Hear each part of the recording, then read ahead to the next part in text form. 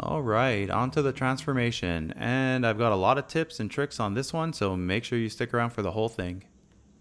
So first things first, let's take off his weapon. And let's also take off his shoulder pads because they tend to fall off during the transformation and they can be placed back on at the end very easily. I also suggest taking off this back. You don't have to, but it can fall off, and why not just take it off now? So what we're going to start with is the head. You see we pull it forward a bit, and then we push back this kind of crown portion. The head folds right in, snap that piece back, and then lift up the horns right now, because what we'll do is push the whole thing down and then just push the arms out a bit to loosen the upper body so that we can now open it. And the easiest way to do it is to pull it from the arms. And you can see here that little spike fits right into the chest. So make sure you do exactly in that order. So now we're going to push the arms in. You can see these kind of gauntlets that have to face upwards. So that's a good key. And then you see that little piece, that tab has to fit in. Otherwise, towards the end, you'll have a lot of problems finishing up the transformation. So we'll do it here as well. You can see we just have to click that tab in after the arm is rotated. And then once everything's lined up, you get this look. What we'll do now is pull open this part. You got to use a little bit of strength, but don't worry, it might be tight, but it's fine. And then we'll rotate the whole body 180 degrees. And this is when you have to put this piece back on. Otherwise, you won't be able to do it later in the transformation.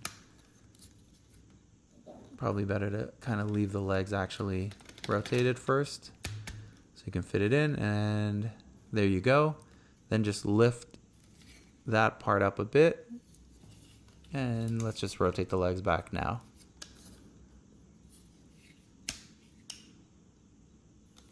We're pretty much halfway there at this point. We'll move to the legs and we'll fold up the feet. So top and bottom fold in like this. And now what you have to do here, which I was a little bit worried about because I thought I was going to break it, but it's on a tab. You just got to pull these side pieces off. So you just pull back. You can see that little tab there. And then just tab the legs together after opening up these two pieces on the waist. You can see right there. You just have to make sure it's tabbed in. I recommend doing it now because now what we'll do is lift up the whole bottom portion, bring it around all the way to the front. It's a little tight, so don't worry. You see right here, it's going to fit into that slot. So there's like a little tab once the legs are together. Another reason why you want to do this at the same time, and then just push it all together like that. You got to hear the click. Now rotate the side panels 180 degrees and up. So you can see, just bring it around, get them into this position. Make sure everything's still in place. And we'll grab the weapon. You just fold it in